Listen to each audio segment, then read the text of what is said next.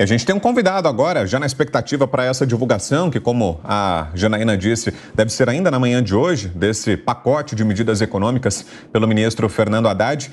Nosso convidado é o economista-chefe da Way Investimentos, Alexandre Espírito Santo, já ao vivo aqui com a gente. Bom dia, Alexandre. Obrigado pela presença.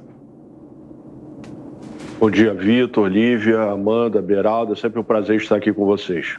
A Janaína também explicou para a gente na reportagem, né, Alexandre, que essas medidas devem ter como objetivo cobrir o buraco que ficou por causa da derrubada do veto da desoneração, ou seja, o benefício fica mantido, com isso o governo perde receita e aí essas medidas do ministro Fernando Haddad que vão sair agora pela manhã devem ser no sentido de ampliar a arrecadação do governo para cobrir esse buraco que apareceu de última hora, que não estava previsto pelo governo, que inicialmente tinha vetado o texto. Nesse sentido, Alexandre, o que esperar desse pacote? Será que podem vir mais impostos, por exemplo, medidas de taxação ao contribuinte, justamente nesse esforço do governo para ampliar o caixa? Pois é, Vitor. Eu não me lembro exatamente se foi em junho ou julho. A ministra Simone Tebet falou que o governo tinha cartas na manga. Bom, se as tem efetivamente, está na hora de mostrá-las. Porque é muito difícil, não é, a gente entender o que o governo faria agora para colocar, não é, essa diferença que está acontecendo. Minha visão é que, como estava na reportagem, o governo vai editar uma medida provisória, né, com alguns setores, não os 17, talvez metade, 10, porque é uma possibilidade. Tenho visto analistas comentando, né, como a gente vem especulando, e você pergunta sobre novos impostos. A CID, não é, que na verdade não é exatamente um imposto, ele é regulador sobre combustíveis, a alíquota está zerada. Pode ser que venha alguma coisa nesse sentido para arrecadar aí 5, 7, 8 bilhões. Tenho ouvido também de alguns analistas, né, a hipótese de repatriar capitais.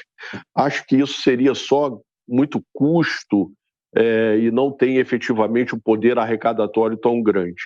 Enfim, é muito desafiador o que o ministro terá que fazer para recompor, né? A gente precisa entender que esse déficit que o país vai fazer, como estava aí na reportagem, 125, 130 bilhões, 1,2, 1,3 do PIB, é elevado, né, para um país de renda média como o nosso. E ano que vem, 2024, o ministro insiste, né, em sugerir, né, que o déficit será zerado. Tomara que ele consiga, mas é efetivamente bastante desafiador. Bom dia, Alexandre. Bom ter você conosco mais uma vez. Agora há pouco, não sei se você estava acompanhando, eu e Brown ficamos aqui ligados. A Amanda Klein, que vai falar daqui a pouco com a gente, e o Beraldo também, o Cristiano Beraldo, travaram um bom debate sobre os resultados da economia brasileira nesse primeiro ano de governo Lula, agora em 2023. No contexto dessa discussão, a gente trazia os resultados, o bom desempenho do mercado financeiro. Lembrando aqui para a nossa audiência que fechou o quarto pregão consecutivo com alta, fechou ontem acima dos 134 mil pontos e uma ligeira alta na cotação do dólar. Queria te ouvir sobre esse bom desempenho, se isso tem relação direta com as ações e medidas adotadas pelo governo agora em 2023 ou é resultado de outras frentes, de outras questões. Olívia, é sempre um prazer falar com você. Respondendo objetivamente, essa melhora dos mercados tem muito a ver com o cenário externo muito mais favorável que a gente tem observado nesse fim de ano. Desde a última reunião do FED, o mercado financeiro internacional comprou uma hipótese, a meu juízo, muito audaciosa, que o Banco Central americano irá reduzir a taxa de juros, que está elevada nos Estados Unidos, a partir de março. E essa redução ela seria significativa, né? Eu tenho visto muitos economistas falando de queda de 1,5 ponto percentual até 1,75.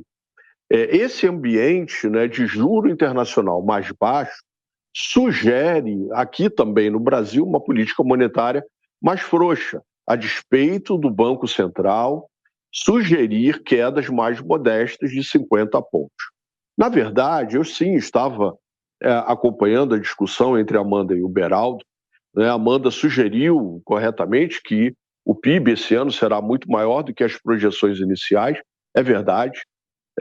Todavia, esses 3% que nós vamos apresentar esse ano tem muito a ver com a forma como o PIB é calculado, né? No primeiro trimestre desse ano, nós tivemos um número muito, muito, mas muito forte do agronegócio, né? O agronegócio no primeiro trimestre cresceu em torno de 20%.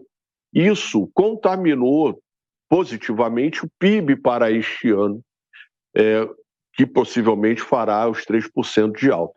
No entanto, esse número me parece que não se repetirá em 2024. A nossa projeção aqui na UEI é de um crescimento muito mais modesto, em torno de 1,6, 1,7. Então, o governo tem sim méritos esse ano, o principal deles foi a insistência do ministro Haddad e de sua equipe com essa questão de responsabilidade fiscal. O grande problema, Lívia, é que o país, o Brasil, infelizmente, ele tem uma doença crônica. E doença crônica tem que ser tratada como tal. Me refiro à questão fiscal. O país apresenta déficits contínuos, tirando ali uma ou outra exceção.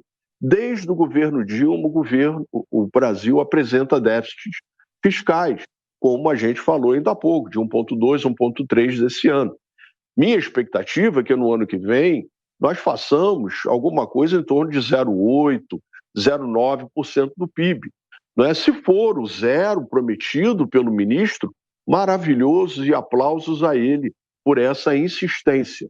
Todavia, a gente não pode esquecer, Lívia, que esse ajuste fiscal ele não pode ser feito unicamente pelo lado da receita, que é o que a gente tem observado, né? O governo está conseguindo vitórias importantes, não é? Mas praticamente todas, vêm do lado da receita.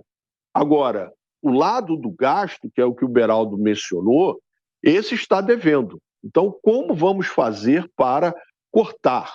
Aí me parece que é um desafio muito maior, porque da mesma maneira que o ministro sugere que está perseguindo corretamente o déficit zero no ano que vem, o presidente Lula, há muito pouco tempo, falou que nós precisamos gastar, porque o gasto é importante. Então fica um confronto, não é, que me parece ruim sob a ótica das expectativas. Agora, bolsa melhor esse ano, dólar melhor, tem muito a ver com esse ambiente internacional muito favorável que tomou conta dos mercados desde meados de novembro. Alexandre, vou trazer aqui para a conversa, como a Lívia falou, os nossos comentaristas, a Amanda Klein e o Cristiano Beraldo, que também tem perguntas para você. Só vou fazer um pedido, Amanda, Beraldo, para que vocês sejam breves nas perguntas e ao Alexandre para que seja também objetivo nas respostas. Nosso tempo já está quase esgotado. Vai lá, Amanda. Alexandre, bom dia. Acho que você fez um excelente diagnóstico, concordo. Quer dizer, é um PIB muito mais baseado em agro, em exportação até, que foi muito bem esse ano. Somos basicamente um país exportador de minério e de produtos agrícolas, commodities agrícolas, mas o investimento, que é o que deveria talvez motivar, ser o motor do crescimento, o investimento privado também, esse não acontece. Diante disso, quais são as perspectivas de 2024? Na sua opinião, quais são as alavancas, os motores do crescimento em 2024 e o que a gente pode esperar também do cenário internacional? Vai contribuir positivamente? Alguma perspectiva ou não de recessão nos Estados Unidos, por exemplo? Quais vão ser os drives? Muito bom, Amanda, é um prazer falar com você, obrigado pela pergunta. Na verdade, eu tenho um pouco de receio em relação a esse cenário internacional, porque a gente está falando de uma economia que colocou muito dinheiro, né, por conta da pandemia, estimativas foram colocados 5 trilhões de dólares, em torno de 20% do PIB, em moeda na economia americana. Isso é inflação na veia. A inflação dos Estados Unidos está muito elevada, muito acima, né, da meta e do padrão histórico.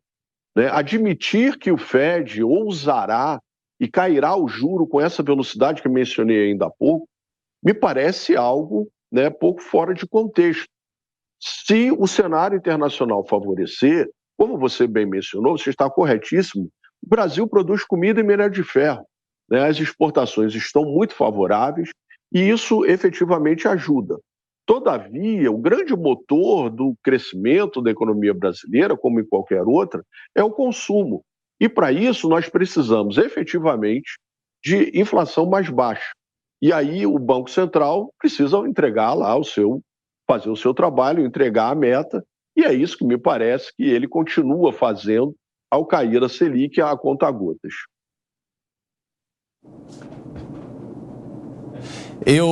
A gente observa que desde 2008, com a crise que balançou o mundo, os bancos centrais americanos e europeus imprimiram uma quantidade de dinheiro astronômica. E me parece que essa inflação mundial, que foi acelerada pela pandemia, é, de uma certa forma, um remédio para esse excesso de dinheiro que há no mundo desde então.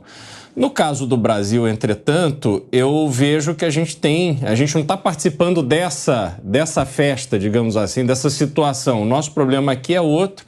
A gente ainda tem um problema de renda, a renda muito baixa, as pessoas com um poder de compra muito baixo, o custo mundial aumentando e a gente está muito desarrumado.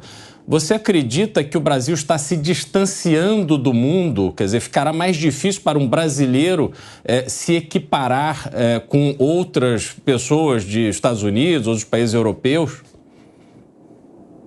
É uma ótima pergunta, Beraldo. Você tem razão.